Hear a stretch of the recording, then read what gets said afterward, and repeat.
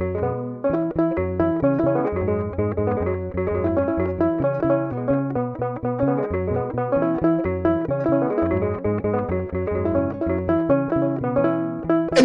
እያሳየች የእናቱን ድንግልና ማስረጃ እያደረገች ክርስቶስን የምትሰብክ ቤተክርስቲያን ናት። እንዴት አድርጎ ነው? እሱ አምላክ ነው። ኢተመይጠ መለኮት ሀበ ህላዌ ትስብእት ወህላዌ ትስብእትኒ ሀበ ህላዌ መለኮት። እሱ ሰው ሲሆን ስጋን ከድንግል ማርያም ሲዋሃድ መለኮታዊ ባህሪው ወደ ስጋ አልተለወጠም፣ ስጋም ወደ መለኮታዊ ባህሪ አልተለወጠም። ግን አንድ ነው። ክርስቶስ ሁለት አይደለም። አምላክ ሰው ሆኗል። ሰው ከአምላክ ጋር ተዋህዶ ጌትነትን ገንዘቡ አድርጓል። ክርስቶስ አንድ ነው። ግን አምላክነት ወደ ሰውነት አልተለወጠም፣ ሰውነቱ ወደ አምላክነት አልተለወጠም። ክርስቶስ ማለት በራሱ አምላክ ወሰብ ህቡረ በተዋህዶ ማለት ነው። አምላክ እና ሰው በተዋህዶ አንድ አካል አንድ ባህሪ ሆኗል ማለት ነው። እይደለወኒ እስምዮ ለቃለ እግዚአብሔር ክርስቶስ ዘእንበለ ትስብእት ወይነ ትስብእት ዘእንበለ ቃል። ቃልን ያለ ስጋ ብቻውን ክርስቶስ ብዬ አልጠራውም። ስጋ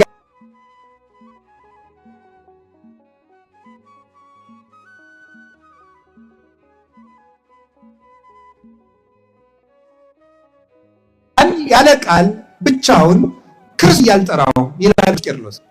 ክርስቶስ ተዋህደ ማለት ክርስቶስ ነው። ስጋዊነቱ በተዋህዶ ያከበረ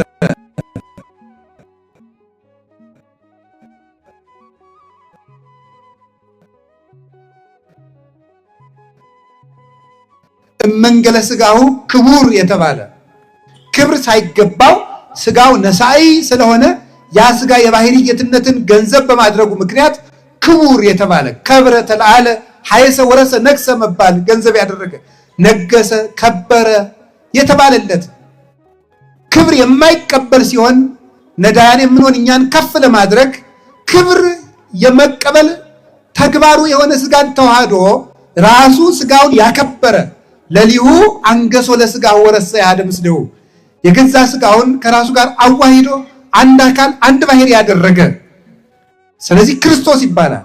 ልብ በሉ ነገሩን ትንሽ ያውሰበሰብኩት መሰለኝ፣ ግን ቀላል ነው። አይዟችሁ። ሁልጊዜም ቀላል ነገር መስማት አትፈልጉ። አንዳንድ ጊዜም ብሰሉና ጥሬ ቆርጥሙ። እንደዚህ ብሎ ሁልጊዜ ገንፎ እየዋጡ መኖር ተገቢ አይደለም። ሁልጊዜ ገንፎ የምናወጣችሁ ከሆነ ልጅ ናችሁ ማለት ነው። አልበሰላችሁም እኮ ልጅ ነው መሆን የምትፈልጉት እንዴ? ብሰሉ እንጂ እናንተ ጥርስ አውጡ እንጂ እናንተ እንዴ ዝም ብላችሁ ሁልጊዜ ጌታ እንጀራ ያበላል ልንላችሁ ነው? ሃይማኖታችሁን ማወቁ እንጂ ከበድ ያለ ነገርም ስሙ እንጂ። በተቻለኝ መጠን ግን አቅልየዋለሁ። ከዚህ በላይ ባቀለው እኔ ራሴ እቀላለሁ። ምን ይሆናል ትላላችሁ? ጸልዩ። ደግሞ ልትማሩ ስትመጡ እዚህ ወደ ጉባኤ እንደ ዝም ብላችሁ እየተገማሸራችሁ አትውጡ። አይነ ልቡናዬን አብራልኝ፣ የነፍሴን ገበያ ገብቼ ለመመለስ አብቃኝ። ጌታዬ ጆሮዬን ክፈትልኝ፣ ሸካራውን አንተ አለዝብልኝ፣ እንዲሰማው አድርገኝ፣ ወደ አንተ ሳበኝ፣ እከተልሃለሁ፣ በረድኤትህ አቅርበኝ በሉ። እንዲህ ስንል እግዚአብሔር ልቡናችን ያበራዋል። እውነቴን ነው የምነግራችሁ። እዚህ መሰብሰብ የሚጠቅመን አንዱ እኮ ለዚህ ነው። ሁላችን ኃጢአተኛ ብንሆን 1 4 5 ቅን ሰው አይጠፋም። ስለነዚያ ቅኖች የሚወርድ መንፈስ ቅዱስ የኛንም ልብ ያበራል። በጋራ መሰብሰባችንም ለዚህ ነው። እግዚአብሔር ልባችንን ያበራልን። ስለዚህ ባጭሩ እንደ ወደ እናንተ ቅርብ ለማድረግ ቃል ስጋ ሆነ በሉ እስኪ ሁላችሁ። ቃል ምን ሆነ? ዮሐንስ ወንጌል ምዕራፍ 1 ቃል ስጋ ሲሆን ስጋ ወደ ቃል አልተለወጠም። ምን አላለም አልኳችሁ? አልተለወጠም። ምክንያቱም አምላክ አይለወጥምና። ስጋንም ደግሞ ወደ አምላክነት አልለወጠውም። ለምን? በተአቅቦ ይጠብቀዋል ባለበት እንዲጸና። ግን ደግሞ ሁለት አይደለም። አምላክ ወደ ሰውነት አልተለወጠም፣ ሰውነት ወደ አምላክነት አልተለወጠም። ክርስቶስ ግን አንድ ነው፣ ሁለት ደግሞ አይደለም። ሁለት አይደለም፣ አንዱ ወደ አንዱ አልተጠፋፋም፣ አልተጨፈለገም። አንድ አካል አንድ ባህሪ ነው። ግን ደግሞ አንዱ አንዱን አላጠፋም፣ አልጠቀለለም። ተዋህዶ ማለት እሱ ነው። አምላክነት ወደ ሰውነት፣ ሰውነት ወደ አምላክነት አልተለወጠም፣ ግን አንድ ነው። ልብ በሉ። ድንግል ማርያምሳ እናት ስትሆን ድንግልና አልቀረባትም። ድንግል ስትሆን እናትነት አልቀረባትም። በእናትነቷ ምክንያት ድንግልናዋ ወደ እናትነት አልተለወጠም። በድንግልናዋ ምክንያት እናትነት አልቀረባትም፣ ግን አንድ ናት። በዚህ ድንግልናዋ በተዋህዶ እናትነትን ድንግልናን ከእናትነት አስተባብራ አስተካክላ ይዛ በመገኘቷ ድንግል ማርያም የወልድ የተዋህዶ ምስክር ናት ማለት ነው። አምላክነት ላለመለወጡ፣ ድንግልናዋ አለመለወጡ፣ ሰውነት ወደ መለኮትነት ማርያም ሃይማኖት እንዴት ብሎ ይሰበካል? ለዚህ ነው ቅዱስ ጎርጎርዮስ ነባቢ መለኮት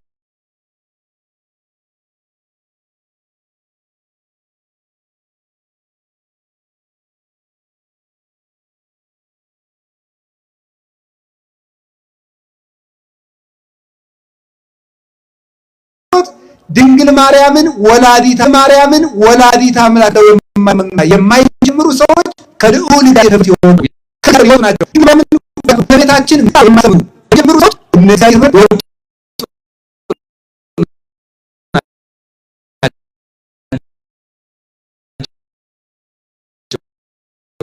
ልዑል እግዚአብሔር ማዳንን በድንግል ማርያም ማኅፀን ጀምሯልና የመንፈስ ቅዱስ ምስክር ናት። መንፈስ ቅዱስ መንፈስ ማለት ረቂቅ ማለት ነው። መንፈስ ቅዱስ ደግሞ አይመረመርም። ድንግል ማርያም የወለደችበት ምስጢርም አይመረመርም። የማይመረመረው አይ ልቡና ወአይ ነቢብ ወአይ ሰሚ ዘይክል አይምሮ ዝንቱ ምስጢር ዘይትነገር ላይ በላይ ሊሃ በቅድስት ስለ ድንግል ማርያም ድንቅ ነው የሚነገረውን ነገር መስማት የሚችል ጆሮ እንደምን ያለ ነው? መናገር የሚችል አንደበት እንደምን ያለ ነው? ማሰብ የሚችል ልቡናስ እንደምን ያለ ነው ይላል ቅዱስ ኤፍሬም ሲያደንቅ። የማይመረመር ምስጢር ነው። 3 ክንድ ከስንዝር ቁመት ይዛ ታያዋታላችሁ። እንደገና ደግሞ መልሳ ሰማይና ምድር የማይወስኑትን አምላክ በማህፀኗ ወስናው በጀርባዋ አዝላው በክንዶቿ ታቅፋው ታገኙታላችሁ። ፍጹም የታተመች ዘላለማዊ ድንግል ናት። ነገር ግን ደግሞ አምላክን ጡት አጥብታ ስታሳድግ ታገኙታላችሁ። ረቂቅ ምስጢር ለድንግል ማርያም ተደረገ። መንክር ምስጢር ሀደረ ላይ ለኪ ያላት ለዚህ ነው። ድንቅ ተዋህዶ ባንቺ ተደረገ። ድንቅ ምስጢር ባንቺ ተከናወነ። ይህን መናገር የሚችል የለም። ለማይመረመሩ ለመንፈስ ቅዱስ ግብር ተረክበት ጽንስተ መንፈስ ቅዱስ በመንፈስ ቅዱስ ጸንሳ ተገኘች የሚለውን የማቴዎስ ወንጌል ምዕራፍ 2 ቁጥር 18 ላይ ያለውን ሊቃውንት ሲተረጉሙት በግብረ መንፈስ ቅዱስ ይሉታል። በግብረ መንፈስ ቅዱስ ማለት መንፈስ ቅዱስ ስራው ረቂቅ እንደሆነ ግብሩ እንደማይመረመር በማይመረመር ምስጢር ማርያም ጸንሳ ተገኘች። በማይመረመረው መውለዷ ለማይመረመረው መንፈስ ቅዱስ ምልክት ናት። ድንግል ማርያም የእምነታችን ምልክት ናት። የመላእክቱ ደግሞ አማኝ ናት። ይገርማችኋል እኮ አሁን ስንት ትርጓሜ ተደርጉሞ ስንት ታምር ተደርጎ ክርስቶስ ከተወለደ 2018 ዓመት ሆኖት እስካሁን ድረስ ክርስቶስ አምላክ ሰው ሆነ ሰው አምላክ ሆነ ሲባል እንቅልፉ የሚመጣ ስንት ሰው አለ የማይገባው። ድንግል ማርያም ገና ሳታይ እንደው ምኑን እንዴት ብላ እንዳመነችው አይገርማችሁ? አምላክን አምላክ ያበላል፣ አምላክ ያጠጣል፣ አምላክ ያለብሳል፣ አምላክ ያድናል ይባላል እንጂ አምላክ ይወለዳል ሲሏት እንዴት አልጨነቃትም? አይገርማችሁ? እምነቷ እንዴት ትልቅ እንደሆነ። የድንግል ማርያምን ያህል አማኝ ልብ ተገኝቶ ያውቃል? የለም። የመጀመሪያይቱ ያልከበዳት በእምነት ጉልበት የተቀበለችው ጠየቀች። እንዴት ሆኖ ነው እኔ ወንድ ሳላውቅም ወልደው በዚያውስ ላይ እኔ ፍጡር ፈጣሪ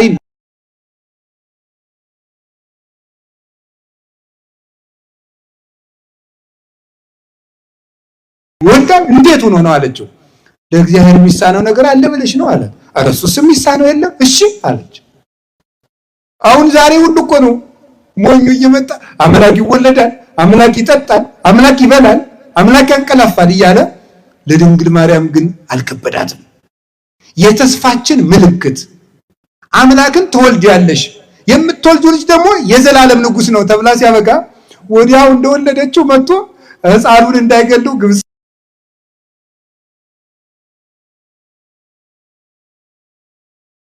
ዘሽውጂ አይገርማችሁ? ተስፋው ሙጥጥ አለ ማለት የሚወለደው ልጅ የዘላለም ንጉስ ነው አላላችሁኝም? እና የዘላለም ንጉስ ነው የአንድ ሀገር ንጉስ ፈርቶ የሚሸሸው ምንድነው እየተናገራችሁ ያላችሁት አላለችም። እሺ ብላ የመታዘዟ ምልክት 600 ኪሎ ሜትር በላይ የማታውቀውን ሀገር የ15 ዓመት ልጅ አዝላ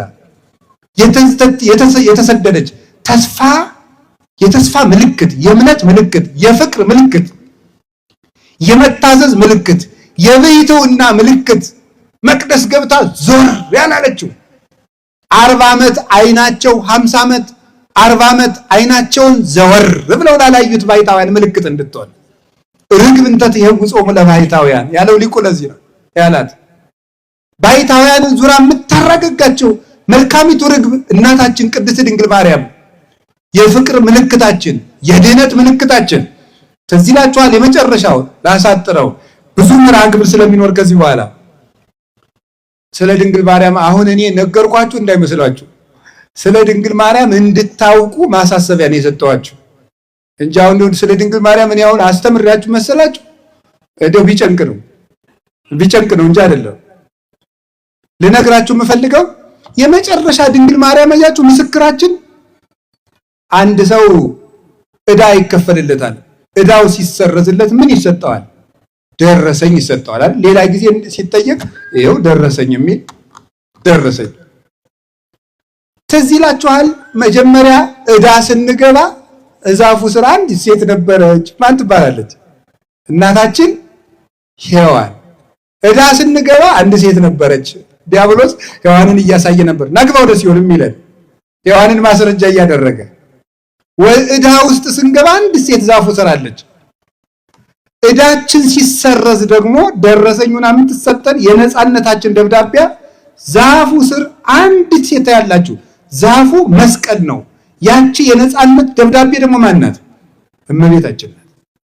ዮሐንስ ወንጌል ምዕራፍ 19 ቁጥር 26 ላይ መድኃኒታችን ኢየሱስ ክርስቶስ በእኛ ላይ የነበረውን ያንን ወደምሰሰ መጽሐፈ ዕዳነ እንዳለ ቅዱስ ጳውሎስ የዕዳ ደብዳቤያችን በደሙ ቀዶ ኃጢአታችንን ሰርዞ መተላለፋችን ሁሉ እሱ ቤዛ ሆኖ የድነት በርን ከፍቶልን ሩጫውን አሳይቶን ሲፈጽም ይሄው እንግዲህ እርግማናችሁን አጠፋውላችሁ፣ ዕዳችሁን ሰረዝኩላችሁ፣ የገነት በር ተከፈተ፣ አርአያ ሆንኳችሁ፣ በኩር ሆንኳችሁ፣ የምህረት በር ሰጣችሁ። ለዚህ ደግሞ ምልክት የምትሆናችሁ ምስክራችሁ ይሄው እናታችሁ። ዮሐንስ ወንጌል ምዕራፍ 19 ቁጥር 26 ላይ እናታችን ድንግል ማርያምን ምስክር አድርጎ የነፃነታችን ምልክት አድርጎ ሰጠን። እመቤታችንን እናት አድርጎ የሰጠን አምላክ ክብር ምስጋና ይግባው።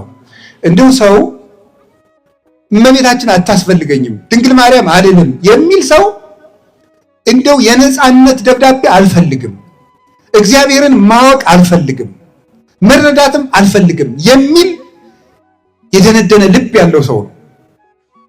እኛ ግን አባቶቻችን እንዳስተማሩን ዲያብሎስን ለመካዳችን በመስቀሉ ነፃ ስንወጣ ዲያብሎስን ደምስሶ ክርስቶስ ከመስቀሉ ስር ዲያብሎስን የደመሰሰው በመስቀሉ ነው። ዓርብ ዲያብሎስን ቀጥቅጦ ከዲያብሎስ ነፃ ወጣችሁ ለዚህ ምስክርና ይቻት እናቴ ብሎ እንደሰጠን ዛሬ ቀራንዮ ቤተክርስቲያን ናትና ቤተክርስቲያን ፊት ዲያብሎስን ክደን የክርስቶስ ወገን ለመሆናችን ምስክራችን ማርያም ናት።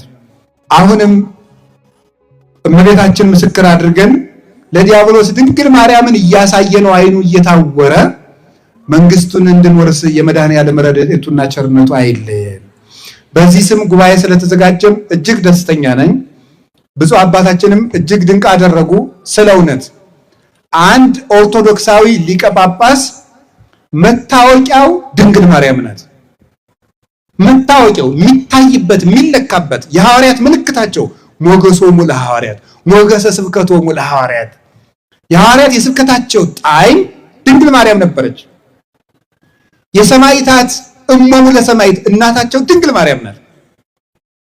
በሊቃነ ጳጳሳት ራስ ላይ የምታበራው ዕንቁ ድንግል ማርያም ናት። ብርሃኑ ደግሞ ልጇ ነው። አንድ ሊቀ ጳጳስ ምልክት አድርጎ የሚወጣው ለሊቀ ጳጳስ ሰይፍ የለው፣ ሰራዊት የለው፣ ጋሻ ጃግሬ የለው፣ ዱላ የለው፣ ሀብት የለው፣ ብር የለው፣ አንድ ሊቀ ጳጳስ ለልጆቹ የሚያሳየው ጋሻና ምልክት ድንግል ማርያም ናት። እኔ ምስክሬ ማርያም ናት ማለት ይሄ ነው። ይሄንን የብፁዕ አባታችን የአቡነ አብርሃም የግብር አባታቸው ቅዱስ ቄርሎስ የሁላችን አባት በ431 ዓመተ ምህረት ዓለም አቀፍ ጉባኤ በኤፌሶን ተዘጋጅቶ ነበረ። ኤፌሶን የሚባል ቦታ ላይ ተዘጋጅቶ ነበረ። እዚያ ተዘጋጅቶ ሳለ ግሪክ ውስጥ ማለት ነው ዛሬ ኤፌሶን ጉባኤ ተዘጋጅቶ ሳለ ንስጥሮስ የሚባለው ከሃዲ ድንግል ማርያምን ወላዲተ አምላክነቷን የካደው ከሃዲ ቄርሎስን ለመከራከር ሲመጣ ይዞ የመጣው 50 ወታደሮችን ነው። ይገርማቸዋል። ቅዱስ ቄርሎስሳ ምን ይዞ እንደሄደ ታውቃላችሁ? ወደ ጉባኤው ወላዲተ አምላክ የሚል ታፔላ የያዙ 50 ጳጳሳት ነው ይዞ ሄደው። ወላዲተ አምላክ ዓለም አቀፍ የቅዱስ ቄርሎስ መታወቂያ ስም ነው። የሞተውም ይህን ስም እየተናገረ ነው። ይህን ስም እየተናገረ ወላዲተ አምላክ የሚል ጽሑፍ አጽፎ፣ እንደዛሬ ኮምፒውተር የለ፣ በብራና አጽፎ ጳጳሳቱ ያንን ዘርግተው ይዘው ወላዲተ አምላክ እያሉ ነበር ኤፌሶን የደረሱት። የቄርሎስ ምስክሩ የነገረ ክርስቶስ እንዲያውም እኮ the father of Christology ነው የሚባለው። ቅዱስ ቄርሎስ ወይም the doctor of Christology ይባላል። የነገረ ክርስቶስ አባት ነው የሚባለው። ክርስቶስን እንደ ቄርሎስ አድርጎ የሰበከ የለም። እንደ ቄርሎስ ክርስቶስን የሞተለት ያመሰጠረው ተዋህዶን የገለጠ የለም። ምልክቱ ግን ድንግል ማርያም ነበረች። መታወቂያው ወላዲተ አምላክ፣ መታወቂያው ወላዲተ አምላክ ነበር። ድንግል ማርያምን ወላዲተ አምላክ እያለ ክርስቶስን ሰበከው። በየትኛውም የሊቅ ትምህርት ብታነቡ፣ የቤተ ክርስቲያን ትምህርት ብላችሁ ብታነቡ፣ በአማርኛም በግዕዝም በእንግሊዘኛም የቅዱስ ቄርሎስ መጽሐፍት አሉ።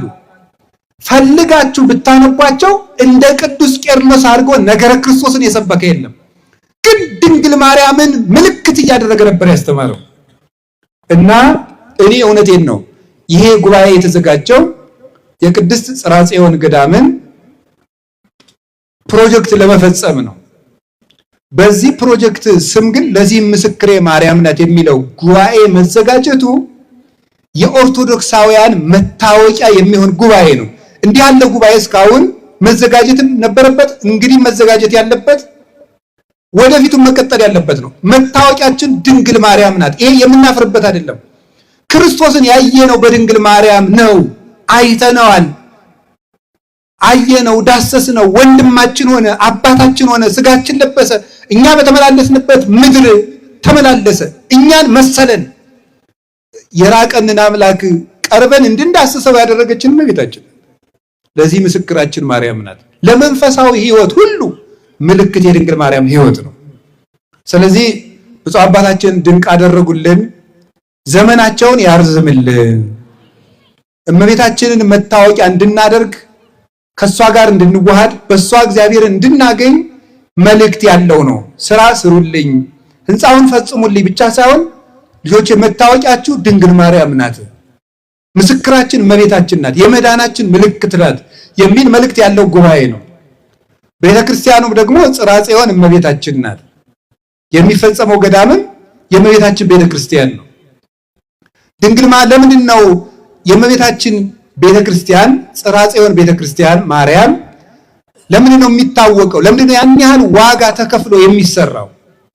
ድንግል ማርያም የሃይማኖታችን ምልክት ስለሆነች፣ እኛ የብርሃን ቤት እንድንወርስ ምልክታችን ስለሆነች ለእመቤታችን ቤተክርስቲያን እንኳን 5000 6000 ካሬ ላይ እንደው ባህር ዳርን የሚያህል ከተማ ላይ ቢሰራላትስ ያንሳል እንዴ? ይበዛል?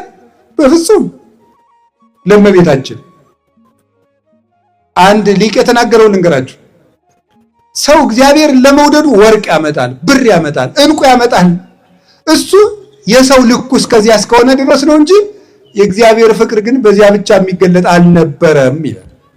የሰው ልኩ ግን እዚያ ላይ ያበቃል። በቃ አለቀበታ። የመጨረሻ ትልቅ ነገሩ ወርቁ ነው። ቁጭ አየሰው ነገር ምስኪን አይደል? የመጨረሻ ወርቅም ላለው ነው እያላችሁ ነው። አባ አልገባህም፣ እኛ ዳቦም የለን እያላችሁ ነው አይደል? በውስጣችሁ ግድ የላችሁ ባላችሁ መጠን ማለት ነው። ውሃ ያለው በውሃ ፍቅሩን ይገልጣል። አንድ የቤተክርስቲያን ሊቅ የተናገረው ልንገራችሁ። አሁን እኛ ለድንግል ማርያም የምናደርገው ነገር ሁሉ ለሷ ይመጥናል ይላል። ኧረ አይመጥንም። ምን ብለንስ እናመሰግናታለን? ኧረ አይመጥንም። ግን ይላል አንድ ንጉሥ በግዛቱ ሲያልፍ አንድ ገበሬ እኒያ ምንድናቸው ብሎ ጠይቆ ንጉሱ ሲያልፎማ የማይመጥን ስጦታ ቢሆንም እንደው መቼም ንጉሱን መናቅ እንዳይሆንብኝ ብሎ ውሃ ቀርቶ ይዞ ይሮጣል ወደ ንጉሱ። ንጉሱ ያን ገበሬ አንተ እኔ ጠጅ ነው እንጂ ውሃ ጠጣለሁ ይለዋል ወይስ እኔን አክብረ በሬዎችን አቁመ ውሃ ቀርተ መጣ ብሎ ይሸልመዋል? ይላል ይሸልመዋል እንጂ ገበሬው በአቅሙ ንጉሱን አክብሯል። እኛም ድንግል ማርያምን እስከ መጨረሻው አቅማችን ማክበራችንን ለመግለጽ ነው እንጂ ለመሆኑ እግዚአብሔር ልጇ በሰጣት ክብር መጠን ይቅርና ምንዋንስ የአንዲቱን የፀጉሯን ዘለላስ ማክበር ይቻለናል? አይቻልም። ልንገራችሁ የእግዚአብሔር ቤተሰቦች፣ አሁን መልእክቱ ይሄ ነው።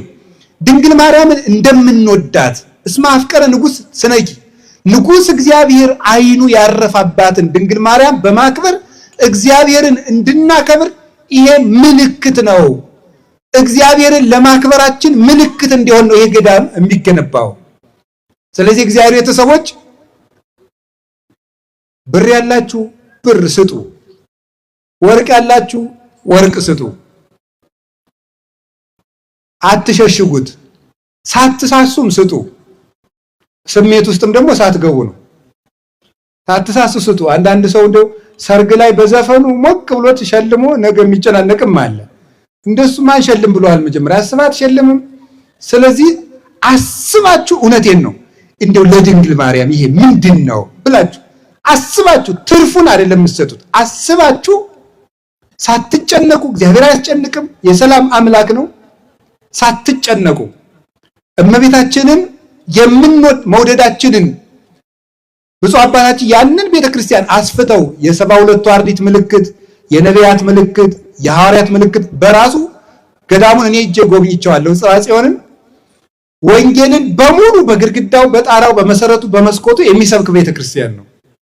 ያንን በማድረግ እግዚአብሔርን እንደምንወደው ጌታዬን እንደምወደው እናቱን የሚያከብር ቤተክርስቲያን ሰርቼ ሩጫዬን እጨርሻለሁ ብለው አባታችን እንደጀመሩት ብፁዕ አባታችን እኛም አብረን በመሳተፍ እግዚአብሔርን እንደምንወደው ድንግል ማርያምን ምስክር አድርገን እንገልጣለን። ጉልበት ያላችሁ በጉልበታችሁ፣ ጸሎት ያላችሁ ደግሞ ለጳጳስም ይጸለያል። ብፁዕ አባታችንን አስፈጽማቸው፣ እርዳቸው ብላችሁ አንድ አሁን ዝማት ቢሆን ድገሙ። ውሃ ያላችሁ ውሃ ቅዱ፣ ሳትለግሙ ስጡ። ከለገማችሁ ደግሞ በሕክምና ታወጡታላችሁ። እውነቴን ነው የምነግራችሁ። እያላችሁ ከለገባችሁ ይኸውላችሁ ኮላሊታችሁ ፌል ያደርግና ተከፍሉታላችሁ ማለት ነው። ፌል ሳያደርግ እንግዲህ ስጡና ጠብቁት። እንዳይወርቅ ጠባቂ አኑሩ። ሲጀመር እግዚአብሔር ቸግሮት ይመስላችኋል ወይ? ጉድ! ሰው የፈጠረ አምላክ ከስር ሲቀበል አይገርማችሁ? አይገርማችሁ? አይገርማችሁ? እንደው እግዚአብሔርስ ለብፁዕ አባታችን ጵጵስና ከመስጠት በላይ ሳንቲም እንዲቸግራቸው የሚያደርግ ይመስላችኋል? ጵጵስና እኮ ትልቅ ነገር ነው። እንኳን ጵጵስና ዲቁና ትልቅ ነገር ነው። ጵጵስናን ሳይሳሳ ሰጥቷቸው ሲያበቃ እንደው የድንጋይ መግዣ ብር ያሰጣቸዋል። ድንጋይ እኮ ነው የሚገዛ ብር ምን ቁም ነገር አለ? ድንጋይ ነው የሚገዛ። ግን ለምን እንደሆነ ታውቃላችሁ? እኛስ በምን ክብር ይቅርብን? አብረን ከሳቸው ጋር ድንግል ማርያምን መውደድ ጌታችንን ማክበር ነው። ስለዚህ የእግዚአብሔር ቤተሰቦች ካላችሁ ነገር ፍቅራችሁን በመግለጽ ስጦታ እግዚአብሔርን ለእግዚአብሔር ልባችን መስጠታችንን ምልክት ነው። ያን ለማድረግ የሚቻላችሁን ሁሉ አድርጉ። ትልቅ ነገር ነው። እኔ በበኩሌ እግዚአብሔር በሚያውቀው በሕይወት የዘመን ሁሉ ያው ታውቃላችሁ መምህር ሰባኪ ህንፃ ሲሰራ ሰው ቢሰበክ ህንፃ ከሚሰራ አባታችን ሰው መስራትም ስላቀዱ ነው እንጂ ህንፃ ብቻ ቢሆን እኔም ቢሆን አልመጣም ነበር። እዚህ ሰው ለመስራትም አቅደዋል። ለምሳሌ ባህር ዳር ባሉ አድባራት በሙሉ ያቋቋም መምህራን ተመድበው መዝሙር ያስጠናሉ ለሰንበት ተማሪዎች። ይሄ የተደረገ እዚህ ሀገረ ስብከት ብቻ ነው እኔ ባየሁት ማለት ነው። በእያንዳንዱ ደብር ያቋቋም መምህር ተቀጥሯል። አንደኛ ለፍተው የተማሩ ሊቃውንተ ቤተክርስቲያን የት ላስተምር ከሚሉ ወንበር ቢያዝባቸው እንኳን ሰንበት ተማሪዎችን አስጠንተው እነሱም ቢሆን የዕለት ቆሎ ያገኛችሁ መጽሐፍ መደጎሻ ያገኛሉ። ከዚያሳ ደግሞ ጥጋቱ ልጆች ደግሞ በሜዳ ያገኙትን እንደው እንደዚያ የሆነ ነገር እየቃረሙ ከሚያጠኑ የቤተ ክርስቲያናቸው ማዛ እንዲይዙ ለሰንበት ተማሪ አስቦ ያቋቋም መምህር መቅጠር ቀላል እንዳይመስላችሁ። ይሄንም ስላየው ነው። ቀጥሎስ በቀጣይ ደግሞ እኔ ባለፈው ፕሮጀክቱን ስጎበኝ አባታችን ሲናገሩ ሰምቻለሁ። ለእያንዳንዱ ሰንበት ትምህርት ቤት የመጽሐፍ መምህር እንደሚመደብ ሲናገሩ ሰምቻለሁ። በኋላም ብፁዕ አባታችን ያረጋግጡላቸዋል። ስለዚህ ለነፍሳችንም እያሰቡ ነፍሳችንም እየሰሩልን ነው እንጂ ዝም ብሎ ህንፃ መገንባት ቢሆን ኑሮ እኔም ቢሆን እዚች እጄን አልከትም። እግዚአብሔር በሚያውቀው ማለት ነው። ሰው የሚሰራ ሀገረ ስብከት ላይ እንጨት ድንጋዩ የሚሰራ ሰፍቶ ይቀደስ፣ ሰፍቶ እንማር፣ ሰፍቶ እንጸልይ። እንደው ሰው ደግሞ በእርግጥ አሁን ችግር ነው፣ የመከራ ወቅት ነው። በዚህ ዘመን ብር ይለመናልም ይባላል። ሰው ግን መስከሩን አልተውም ሳያየው ነው። እንደው እግዚአብሔር የሚያውቀው ምንድን ነው የሚባለው? ተጽፎ ነው ያየው። እኔ ማምላክን አላውቀውም። ምን ይቻላል? ምን አውስ ነው የምትሉት? አሁን እሱ ተዘግቷል። እስቲ ያችን ዝጓት። አይ ችግር ነው ደም እየፈሰሰ ነው ብላችሁ ዝጓት። እሷ ያቺ ስትሆን አትሉም። እረተው ደም እየፈሰሰ ጃምባው ሲዘጋ የሚል የለም። እረተው እንዲህ የሆነ ግን እንደው ነው የሚል ዝም ብሎ እንደው እናቶች እንደው። ስለዚህ አሁን የምነግራችሁ ስሩ። የሚሰራ ስራ ሲመጣ የሚሰራ አባት ይጠፋል። ስራ ሲገኝ ስራም አባትም ሲገኝ ግን አብሮ መቆም አሁን ነው። አብሮ መቆም አሁን የሰራ ነው ለነገ ታሪክ ነው። ባዳችን ኑሩ፣ አብራችሁ ስራ፣ ልጆች አብራችሁ ቁሙ። ሲሰሩም መንቀፍ ሳይሰሩም መንቀፍ፣ ሁለቱ ምን ይሆናል? ስለዚህ አሁን በቀጣይ ትልቅ ቤተ መጻሕፍት ተገንብቶ ወጣቶች ከሱስ ይልቅ የሚያነቡበት ቤተ መጻሕፍት የሚገነባበት የህፃናት ማሰልጠኛ ኖሮ ህፃናት በኦርቶዶክሳዊነት እየተቀረጹ የሚያድጉበት ሀገረ ስብከት እንዲሆን የታቀደም ስለሆነ ሰው እየሰሩ ህንፃ መስራት ኦርቶዶክሳዊነት ነውና እመቤታችን ቅድስት ድንግል ማርያምን ምልክት አድርገን በመላው ዓለም የምትገኙ ሁሉ አብራችሁ እንድትቆሙ እላለሁ። በዚያው አንድ ሐሳብ ለመጨመር እኔ በበኩሌ አሁን ፕሮጀክት ቀርጬ እየተንቀሳቀስኩ ነው። በጉባኤ ቤታችን ስም ሆስፒታል ለመስራት እየተንቀሳቀስን ነው። ብር እየለመን ነው። 1 ብርም 2 ብርም 3 ብርም ማለት ነው። ግን ይህ የዚህ ሀገረ ስብከት ፕሮጀክትም የአንዲት ቤተክርስቲያን ሆስፒታሉም የቤተክርስቲያን ፕሮጀክት ስለሆነ ፕሮጀክቱ የጋራችን መሆኑን ለማጠየቅ ከለመናት ብር እንኳን መንካት አልችልም። ገና የፕሮጀክት ሂሳብ ማወራረድ ስላልተጀመረ ከተማሪዎች ቀለብ ተማክረን 100 ሺህ ብር እኛም ላቅማችን እንታዘዛለን። ፕሮጀክቱ የኛ ነው። ምዕመናን ለቀለብ ከሰጡን ነው እግዚአብሔር በሚያውቀው። የፕሮጀክቱን ብር መንካት አንችልም።